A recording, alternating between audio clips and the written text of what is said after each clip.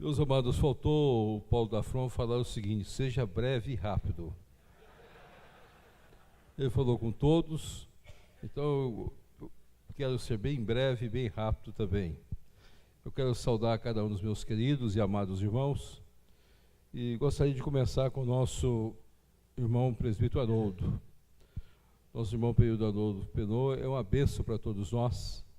Nós que acompanhamos a enfermidade dele, acompanhamos a luta dele e acompanhando o período que ele tem dado ao PH. E não só pela maneira que ele tem se conduzido em nosso PHs, a nossa profunda gratidão diante do Senhor pela vida do irmão. Eu me alegro de saber que o irmão tem feito parte do ministério da nossa igreja e como secretário-geral. É uma alegria para nós, como Supremo Conselho, nos render as homenagens ao carinho e o trabalho que o irmão exerce para a glória do Senhor.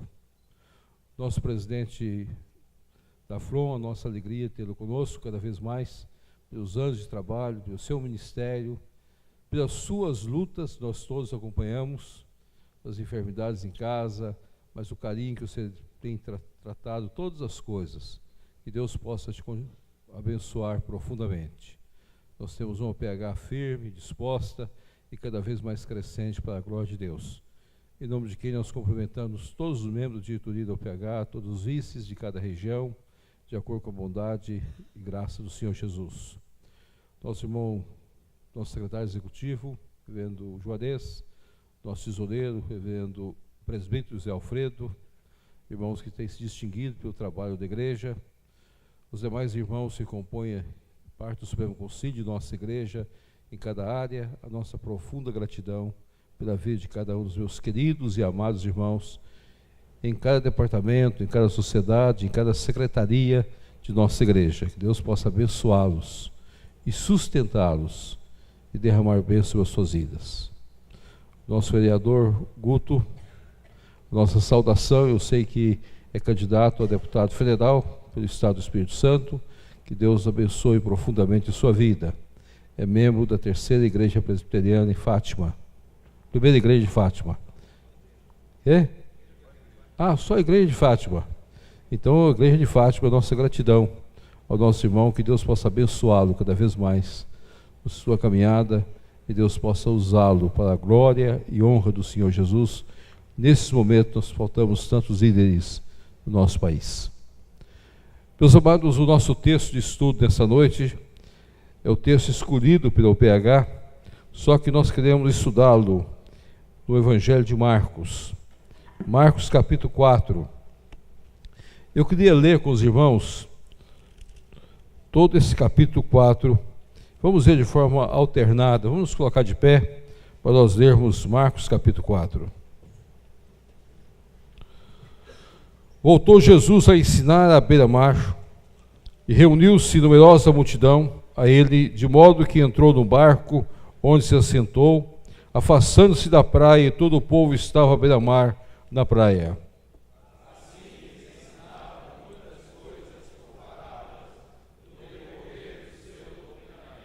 Ouvi, eis que saiu o semeador a semear.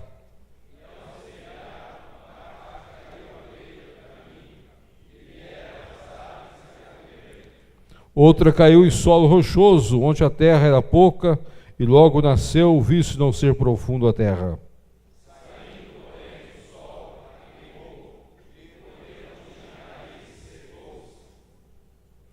Outra parte caiu entre os espinhos, e os espinhos cresceram e a sufocaram, e não deu fruto.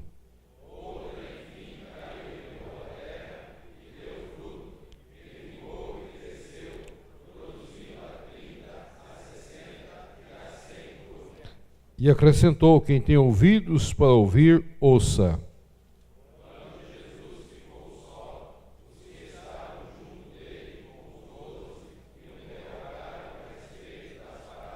E ele lhes respondeu: a vós outros vos é dado conhecer os mistérios do reino de Deus, mas os que de fora tudo se ensina por meio de parábolas.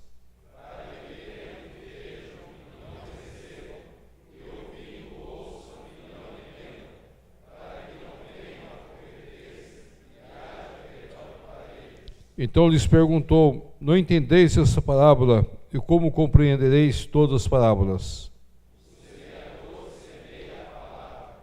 São esses que da beira do caminho, onde a palavra é semeada, e enquanto a ouvem, logo vem Satanás e tira a palavra semeada deles.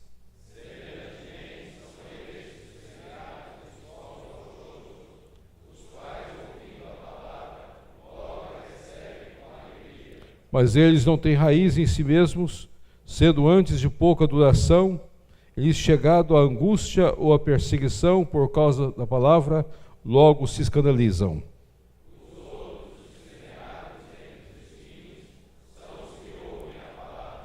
Mas os cuidados do mundo, a fascinação da riqueza e as demais ambições, concorrendo, sufocam a palavra, ficando ela infrutífera.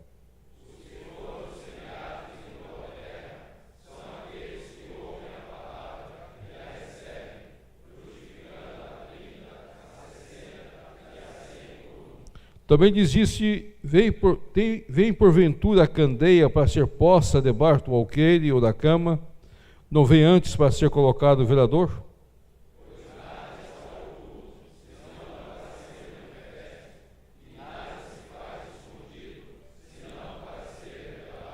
Se alguém tem ouvidos para ouvir, ouça.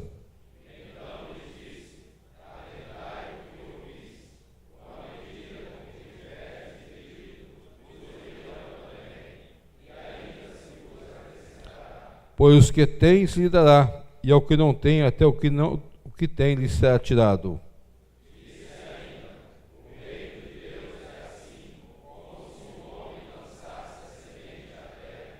E depois dormisse e se levantasse de noite e de dia, e a semente germinasse e crescesse, não sabendo ele como.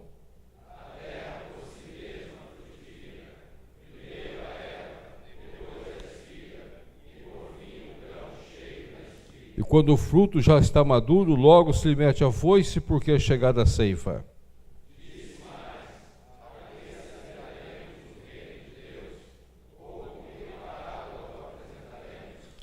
É como o grão de mostarda, que quando semeado é menor de todas as sementes sobre a terra.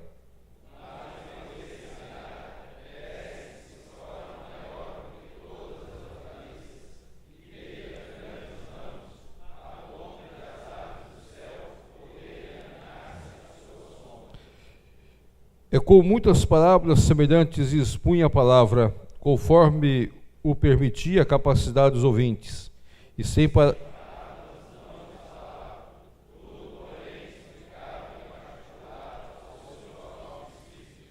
Naquele dia, sendo já tarde, disse-lhe Jesus: passemos para outra margem.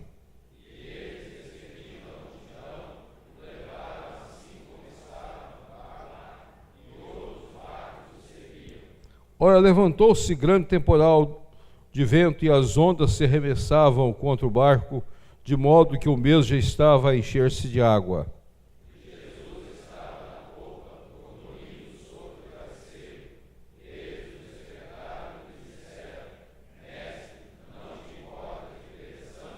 E ele, despertando, repreendeu o vento e disse ao mar: acalma-te, emudece. E o vento se aquietou e fez-se grande bonança.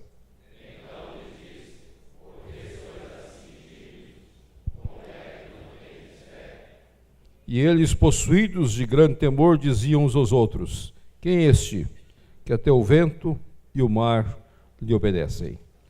Ó Pai, fala ao nosso coração nesta noite e às nossas vidas nesta noite. Ministra para nós, de acordo com a tua vontade soberana, em nome do teu Filho Jesus. Amém. Poder sentar, meus irmãos. Muito obrigado. Meus amados, eu gostaria, em rápidas palavras, trazer a mensagem do Senhor para cada um de nós. O tema escolhido pela UPH tem sido: eis que o semeador saiu a semear. É importante nós entendermos que essas parábolas contadas nesse texto, e também o término desse texto, tem a ver com o ministério da igreja e com o trabalho da igreja do nosso Senhor Jesus Cristo. O próprio Senhor Jesus Cristo é que contou essas histórias, e o próprio Senhor Jesus Cristo é que vivenciou a última parte desse texto, a partir do verso 35 até o verso 41. Mas o que esses textos ensinam? O que eles falam para nós, para os nossos dias, para o momento que nós vivemos? O primeiro texto fala que o semeador saiu a semear. Eu creio que cada um de nós conhecemos a região de Lavoura, conhecemos que quando nós olhamos para um campo a ser semeado, nós preparamos o campo. Nós escolhemos o melhor campo. E o preparo tem sido uma coisa árdua de cada um dos agricultores. Hoje nós usamos as melhores técnicas, procurando desenvolver cada vez mais um cuidado, não só na escolha da semente a ser semeada, mas também no preparo do solo, na limpeza do solo, no cultivo do solo, na água que o solo irá necessitar para que a semente possa crescer, desenvolver e frutificar. O texto sagrado começa de maneira diferente. O texto afirma categoricamente que o semeador saiu a semear. Isso tem a ver com a nossa obrigação. Preparar solo, cuidar do solo, regar solo, estabelecer qual solo. Isto é obra da soberania de Deus e da graça de Deus. A ênfase desse texto é na pessoa de Deus, o Deus soberano, que prepara todas as coisas. A igreja simplesmente cuida do ide do Senhor Jesus Cristo. Por isso nós, presbiterianos, temos afirmado categoricamente que crer na soberania de Deus, crer na eleição eterna, crer nas doutrinas que nós esboçamos e defendemos publicamente, nada tem a ver com a obra da evangelização. A evangelização é a obrigação nossa. Deus colocou para nós a obrigação de semear a palavra. E ao semeá-la, nós não perguntamos aonde nós semeamos. Nós olhamos o lugar, nós olhamos a quem, nós simplesmente lançamos a semente, de acordo com a vontade soberana de Deus. E Deus é que prepara todas as coisas. Pode ser que você pregue o evangelho numa praça e você pergunta que resultado eu estou tendo. Pode ser que você pregue o evangelho numa penitenciária e você pergunta que resultado eu estou tendo. Pode ser que você pregue o evangelho no hospital e pergunta que resultado eu estou tendo. Pode ser que você pregue o evangelho na sua igreja, pode ser que você pregue o evangelho no ônibus, em qualquer lugar que você esteja, você está pregando o evangelho. O resultado é de Deus. A soberania de Deus. Os escolhidos são de Deus. Quem prepara o campo é Deus. E Deus faz a semente germinar. Essa é a certeza que nós temos à luz desse texto. A minha obra, a minha obrigação é ser semeador da palavra. E ninguém irá fazer isso, nem os anjos. Os anjos anelavam esse ministério e não foram entregue a eles. A igreja não pode repassar o ministério da pregação para os outros. E quando nós pregamos o evangelho, nós não vamos encontrar nenhuma pessoa escrito na sua testa: eu sou eleito. Não, meu querido, nós não sabemos quem são. Nós só sabemos que Deus chama os seus no tempo dele, para a glória dele, para a honra dele. O louvor e a honra pertencem a Deus. Jesus Cristo fez questão de, ao contar essa parábola, deixar isso bem claro para cada um de nós, para que nós pudéssemos compreender que toda obra, quem faz a obra é o próprio Deus. É interessante, quando ele vai explicar a parábola para os seus discípulos, ele coloca no verso 12, para que vendo, vejam e não percebam, ouvindo, ouçam e não entendam, para que não venha a converter-se, haja perdão para eles. Jesus queria dizer: Deus é que faz todas as coisas, Deus esclarece todas as coisas. A decisão não é nossa, não é do homem, não é da mulher, não é do jovem, não é do adulto. A decisão é um toque especial do Espírito Santo. Nós que aqui estamos, fomos chamados por Deus, pelo Espírito Santo de Deus. E um dia nós falamos sim ao nosso Deus, por um ato da graça, do poder, da misericórdia de Deus. Nós temos que ser gratos a Deus por isso. A segunda coisa que esse texto nos ensina é que, ao contar a palavra, o Senhor disse que sobre a transparência do reino de Deus. É como uma candeia que é exposta, pois nada se oculta senão para ser manifesto, e nada se faz escondido senão para ser revelado. O que Jesus queria ensinar com essa segunda parábola, a parábola da candeia, é que a igreja dele é uma igreja para ser vista pelo mundo. Nós não vamos nunca esconder o que nós somos. E é interessante, meus amados, que nós temos dois discípulos de Jesus que, ao começar o ministério dele, foram dois discípulos anônimos. E poderiam ter passado despercebidos. Um era Nicodemos, que foi encontrar com Jesus à noite. Jesus disse para Nicodemos: é necessário nascer de novo. E depois de João capítulo 3, nós não temos mais nenhuma notícia de Nicodemos. O outro é José de Arimateia.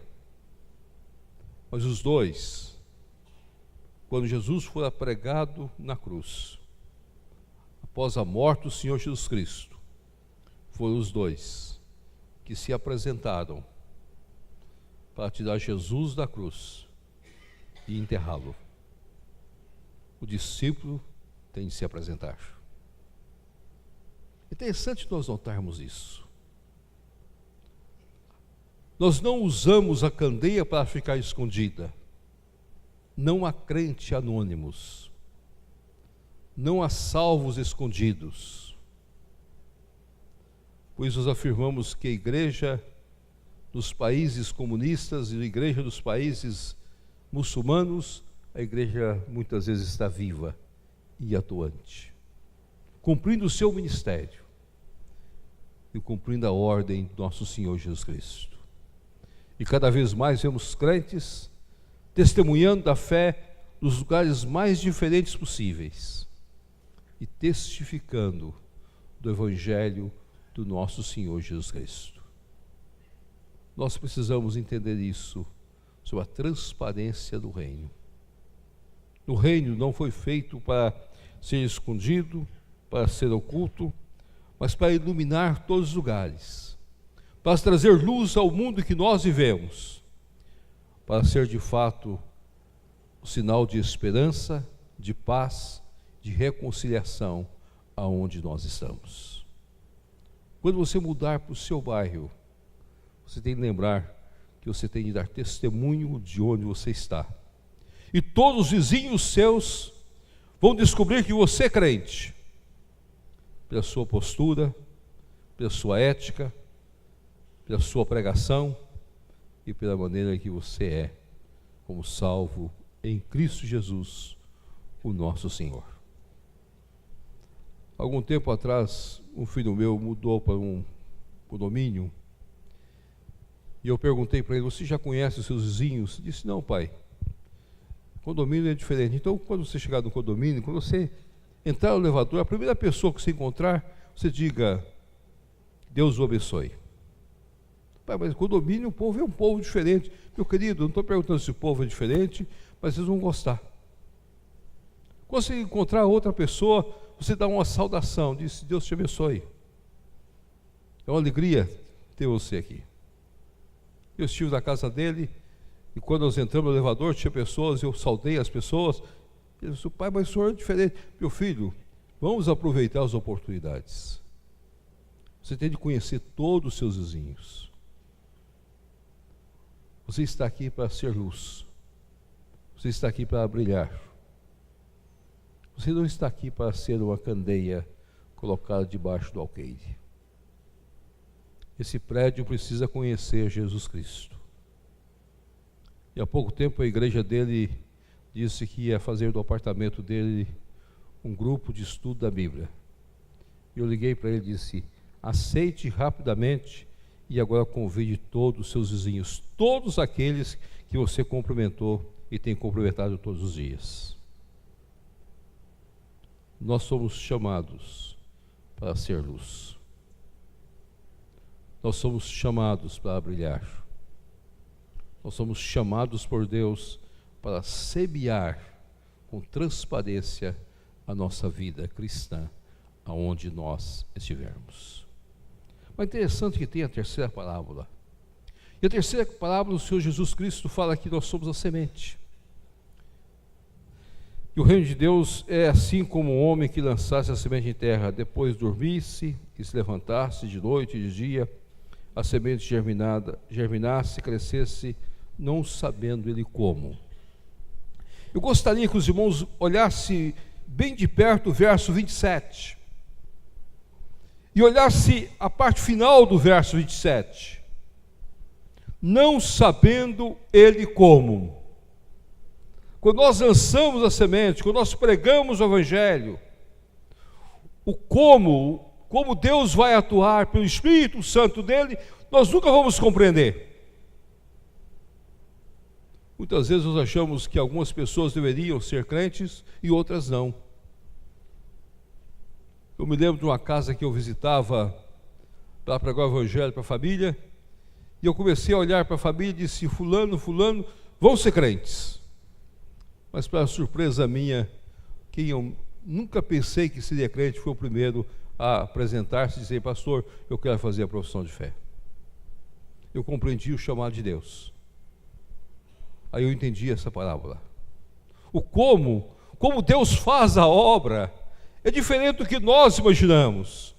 Nós semeamos o chão, esse germinar da semente, por mais que nós estudemos, por mais que nós pesquisemos, por mais que o círculo da vida seja apresentado, nós não sabemos como. É como a formação do homem.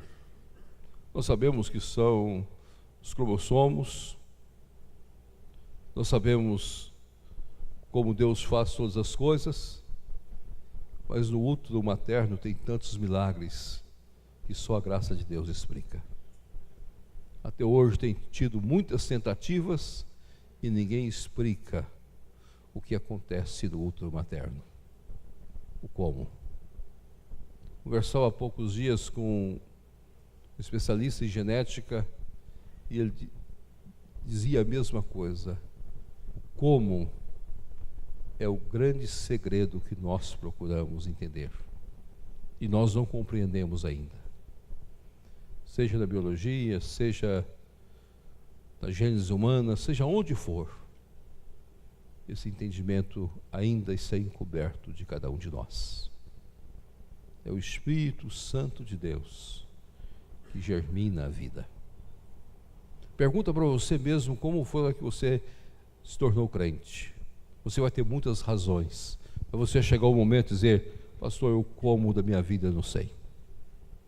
Eu nasci na igreja, fui criado na igreja, nunca saí da igreja. Desde que eu tentasse sair da igreja, o Senhor Jesus não deixou eu sair da igreja. Eu fiquei na igreja. Outros vão dizer: pastor, eu conheci o Evangelho numa situação difícil da minha vida e não sei como eu fui tocado pelo Espírito Santo de Deus. E aqui estou, como crente salvo em Cristo Jesus, o nosso Senhor. E alguns vão dizer: pastor, Deus me chamou, estava caído na sarjeta, uma vida arrebentada.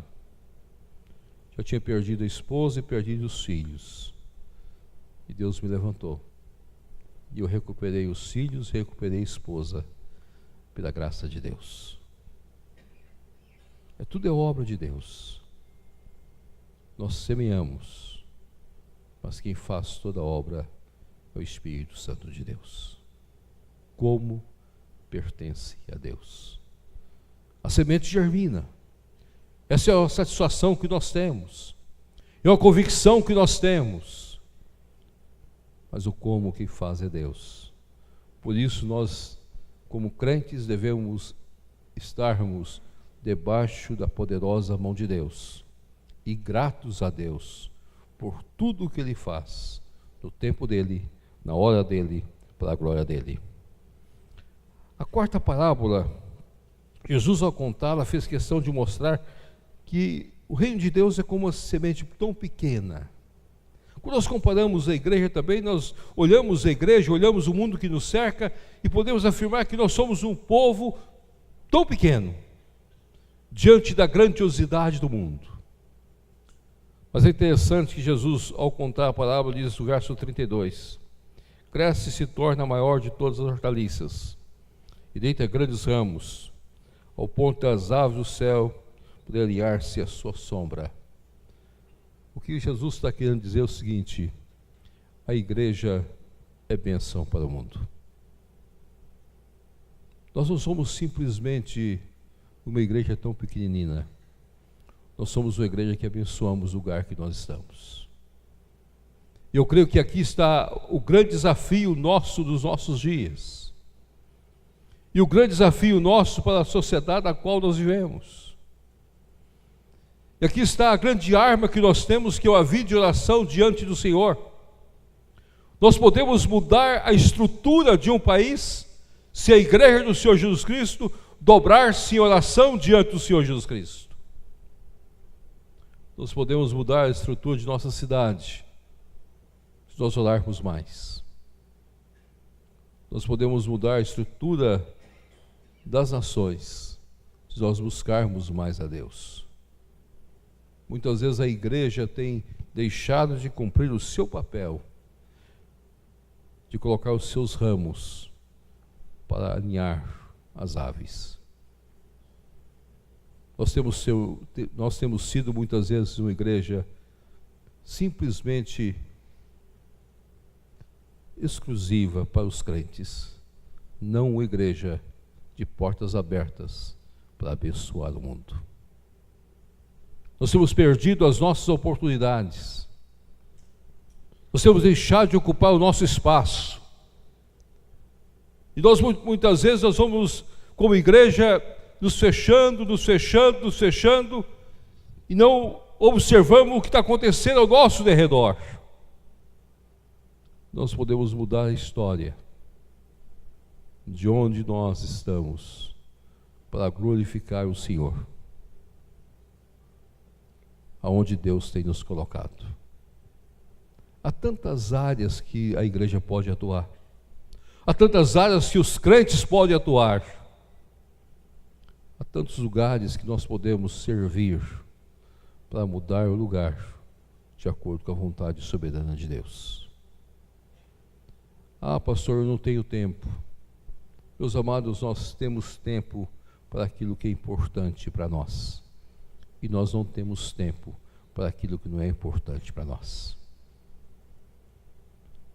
Ser parte do reino de Deus é algo que mexe conosco, e abençoar a cidade é obrigação nossa, de acordo com a vontade soberana de Deus. Para João Calvino, o pastor nada mais é do que o pastor da cidade. Ele não é pastor só da igreja, ele é pastor da cidade. Quando você lê sobre a cidade onde Calvino morou toda a sua vida, a cidade de Genebra, ele mudou as estruturas de Genebra e tornou Genebra não bênção exclusiva para o seu país, seu cantão na Suíça, mas tornou Genebra bênção para toda a Europa e até o nosso país. Será que nós temos feito o mesmo, meus amados? Ou será que nós temos cruzado as nossas mãos? Nós somos uma igreja pequena, nós podemos dizer que nós estamos chegando a 1 milhão de membros, temos grandes desafios, temos um país tão enorme, continental, temos o mundo todo, mas eu vou dizer uma coisa para os irmãos. Hoje nós temos possivelmente a segunda maior agência de evangelização do mundo, a PMT, que tem sido uma grande bênção para muitas nações. E cabe a nós cumprirmos esse ídolo do Senhor em todas as nações. Há poucos dias eu conversava com um grupo indígena, e o grupo indígena foi a comissão executiva com um único objetivo: dizer para nós, como igreja, abrir o coração deles para dizer para a igreja: não permita que a Missão Kaiowá saia da obra da saúde indígena no Brasil. E afirmado categoricamente para nós: depois que a Missão Kaiowá assumiu o trabalho da saúde indígena, ela foi a única ONG fiel, cumpridora de todas as obrigações para com a saúde indígena. Você não ouvir isso de representantes dos índios Yanomamis, representantes dos índios do Amazonas e representantes dos índios de toda aquela região do norte do Brasil, pegando Roraima, pegando Amapá, Macapá, Acre, você começa a orar a Deus.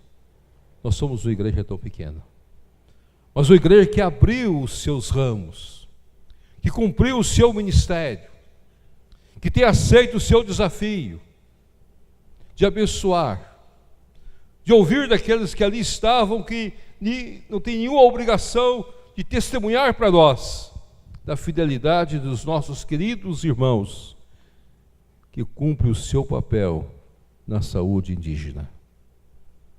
Eis que o semeador saiu a semear, e semeando para ser bênção no mundo e aonde Deus tem nos colocado. Eu termino a mensagem dessa noite dizendo para os irmãos que a igreja, ao cumprir o seu ministério, ela tem de saber que ela vai enfrentar tempestades. A igreja não está isenta de conviver com o mundo, e ao conviver com o mundo, ela vai ser perseguida, ela vai enfrentar tempestades, momentos difíceis, e nós devemos estar preparados para isso. Eu sempre pergunto por que esse texto aqui do versos 35 e 41 foi colocado dentro do contexto do semeador. Porque o contexto semeador mostra a grandeza de Deus, mostra a pessoa de Deus, mostra o como do Espírito Santo, leva-nos de fato a dobrarmos diante de Deus e a soberania de Deus, mostrando a nós que a nossa obrigação é ir e semear. E agora, ao terminar o texto sagrado do capítulo, nós vemos uma tempestade. Eu creio que esse texto termina assim, para alertar a igreja, para dizer à igreja, mesmo cumprindo a sua obrigação como igreja, semeando a palavra, uma vida transparente, lembrando que o Espírito Santo que faz a obra, convictos que nós somos bênçãos para todos, nós devemos estar sempre preparados para enfrentar tempestades. De onde elas vêm, nós não sabemos. Eu nunca enfrentei nenhuma tempestade no mar. Se existe alguma coisa que eu tenho medo, é de navio. Barco até eu já andei para ir para os campos missionários no Amazonas, mas também não enfrentei tempestades. Agora, já enfrentei momentos difíceis no alto, no avião indo de um lado para outro e pensando que ele vai cair a qualquer instante. É um pouco difícil para a gente. Nessa hora você começa a orar e começa a dizer: Senhor, cuida da minha esposa, dos meus filhos, porque eu não sei se eu vou ficar vivo. E o comandante sempre dizendo: aperte bem o cinto, fiquem bem calmos, que nós vamos chegar lá. E você tem de ouvir a voz dele e crer nele. E agora, meus amados, o que Jesus queria nos ensinar nesse texto, que ele não estava simplesmente dormindo. Não é necessária a sua palavra, mas ele é que acalma a tempestade. Quando a igreja tem de passar por mar de grandes tempestades, quando a igreja vê acossada de situações difíceis, quando a igreja chora diante de momentos inexplicáveis, nessas horas nós só podemos dizer uma coisa: Senhor Jesus, o Senhor que é o dono da igreja, cuide dela. A glória do Senhor louvor é do Senhor. A igreja não é nossa, a igreja é do Senhor. Nós a entregamos às tuas mãos. Eis que o semeador saiu a semear para a glória de Deus. Amém.